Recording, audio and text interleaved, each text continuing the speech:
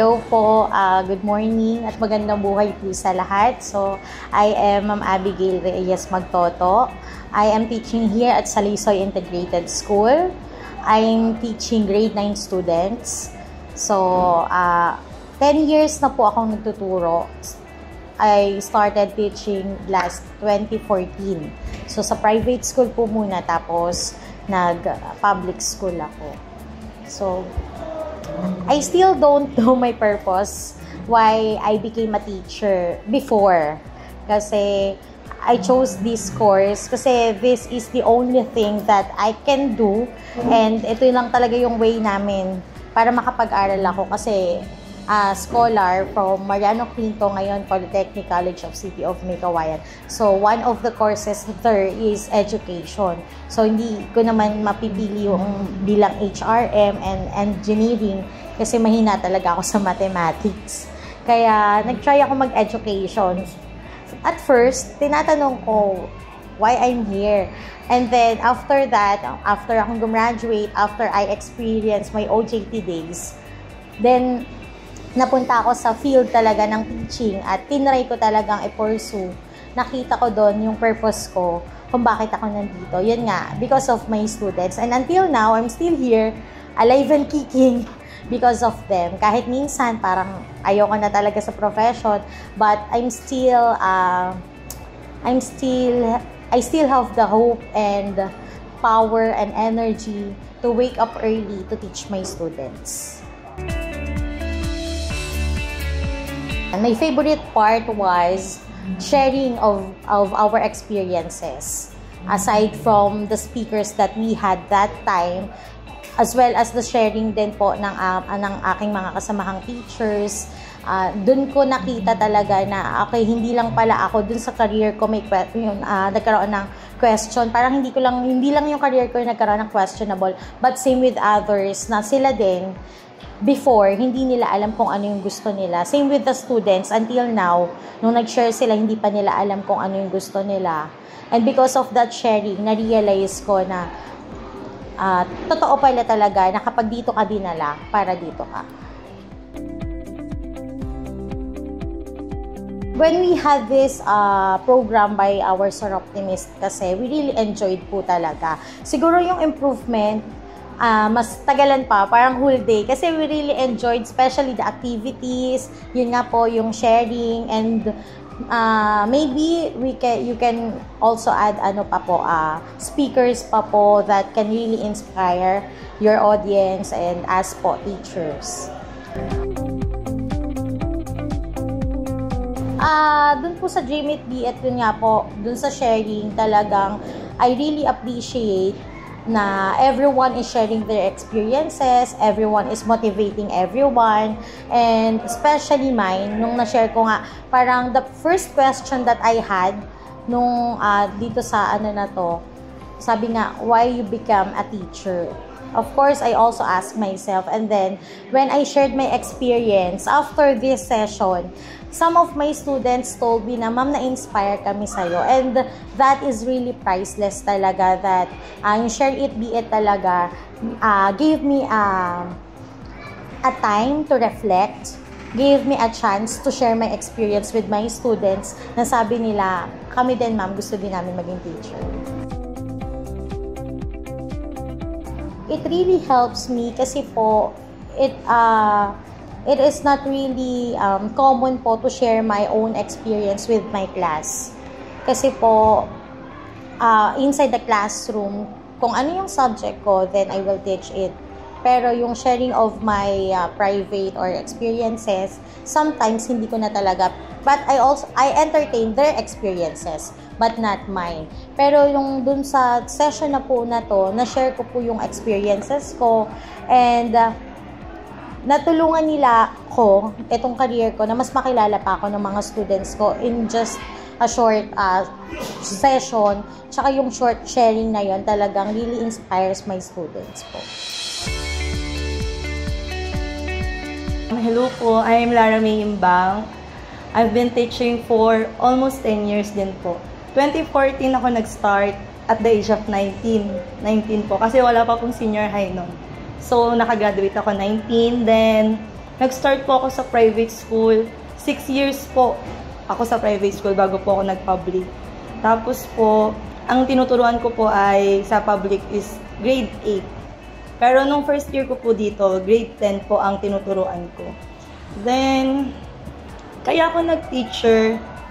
Actually, ito yung ito yung mga sinasabi nila na no choice.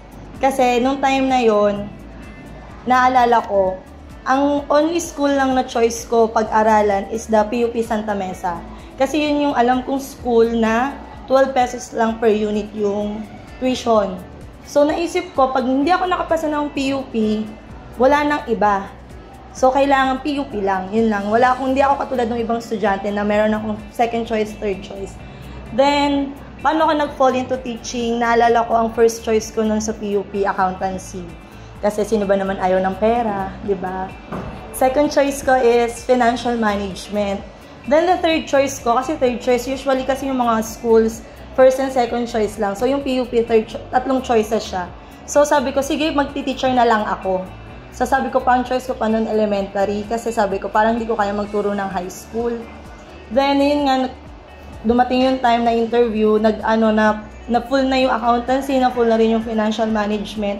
So, no choice talaga sa edu. So, nung dumating, sabi nung parents ko, bakit daw edu yung kinuha ko? Kasi nga, it's a lifelong learning process daw. Abang buhay na raw ako mag-aaral. Sabi ko, hindi ko rin alam kung bakit. Siguro i-try ko. Then, yung naanohan kong program, luckily, hindi naman siya elementary. Pang elementary. Ang nakuha ko nun is Bachelor in Business Teacher Education. So, meron akong dalawang choice. Nung second year college po, either mag-office ka, then fourth year, dun ka na into teaching, magtutuloy. Then, sabi ko, nung nag-OJT na ako nung second year college sa office, everyday yung routine. Then, fourth year college, nag-OJT naman sa school. Doon ko na-realize na, siguro pang teaching talaga ako. Kasi, hindi ko gusto yung paulit-ulit na routine. Sa teaching kasi everyday is a new day. Kahit sabihin natin pare-pares yung bata, pero iba-iba yung nangyayari araw-araw. Walang magkaparehas na araw na nangyari. Kahit 10 taon na ako nagtuturo, walang 2 araw na magkaparehas. Laging magkaiba. May mga special na nangyayari everyday. Ang favorite part ko ng Dream It Be It session, yung nagkaroon ng part yung mga students to ask as teachers, nasagutin yung mga questions na yun for them. Until now, naalala ko pa yung tanong sa akin nun. Ano yung mensahe mo sa batang ikaw? Actually, hindi ko naisip na, ano nga ba? Diba? Pero, nung sa moment na yun, ang dami kong gustong sabihin. Pero, sabi ko nga, sa kanila, kung ano yung meron sila ngayon, i-cherish nila yon. Kasi, in the future, marirealize nila na, buti na lang, inano ko tong moment na to, cherish ko tong moment na to, hindi ako nagmadali. Kasi kung nagmadali ako, baka hindi ako masaya ngayon. Yun yung isa sa mga naalala ko talagang sinabi ko sa mga estudyante nun. Siguro yun nga po, make it a whole day, then maraming speakers, yung mga inspiring speakers po natin. Then, siguro po another one is pwede po natin bigyan ng focus group discussion yung mga kababaihan na kabataan to share their experiences too, kasi hindi naman din natin alam kung ano yung mga pinagdadaanan nila. So, pwede yun, inspire one another. Ang galing, kasi nakaka-women empower yung mga pinag-share niya sa amin during that time. At the same time, syempre yung sharing of experiences na akala nga ng mga bata, eto kami sa loob ng classroom, but this is only the facade. Iba yung story behind us. Kasi syempre, as a teacher, we need to stand in front of them na masaya, walang problema at all. Kumbaga, hindi namin pwedeng dalhin yung mga dalahin na meron, mga baggages na meron kami inside the classroom.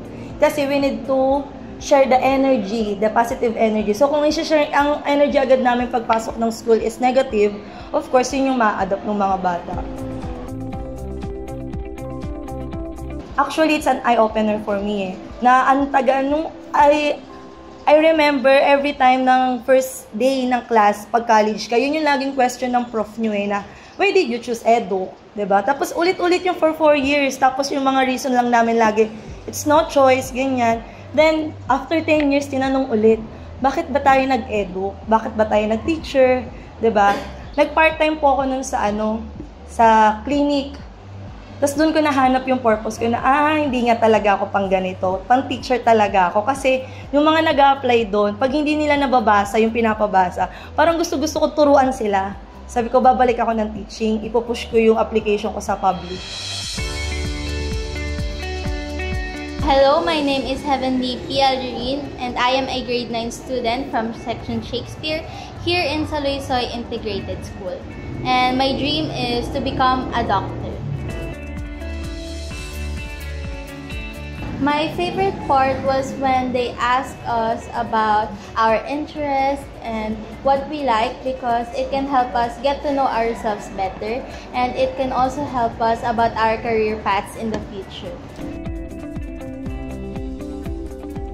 In my opinion, we can improve this by making more games or more critical thinking stuff so that we can also get to know other people, and we can also get their good characteristics by socialization, and also we can get to know our teachers and the people around us. For me, the most valuable part was when they shared their experience, not only the teachers but also the speakers, because it can help us pick our career in the future, and also it can help us get to know them and get to know ourselves better so that we can relate to them. Yes, because our perceptions and our likings are different, but it can help us find something relative to one another, and I think that's what matters. Hi, I'm Jandy B. Carazal, and I'm currently a 9th grader from grade 9 Shakespeare, studying here at Saloysoy Integrated School. And my deepest desire is to become a very successful pilot in the nearest future. My favorite part of GMAT Youth was probably when they conducted this game called Would You Rather, because I feel like I was free to choose whether I should do this thing or I should do that thing, or I should pick one, pick this two. I was also very satisfied with different perspectives that is shown on the game, and hopefully in the next few months we would also have that similar game once again with Disruptors. I think that there's not really much to improve sa program nila, because I think it went really, really well, and it suit us, yung mga girls, and yun.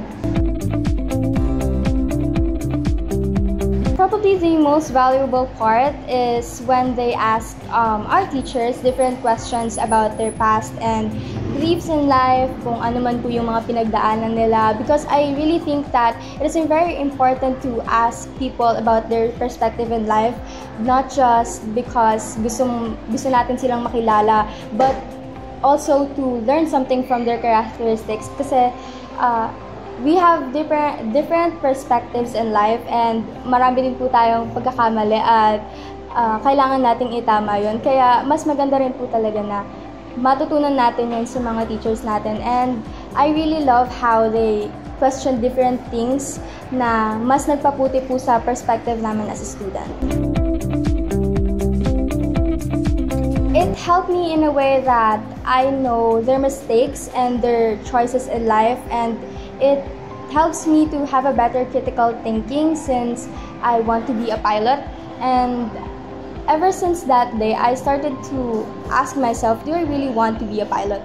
And considering their past activities and past mistakes, I really did realize that I want to be a pilot, whether it is hard to do because I'm not very skilled at math, because I'm more on the literature side, but I really accepted this challenge because I believe that my teacher accepted the challenge even though they think na wala nga po silang choice, kaya po sila nag-edu.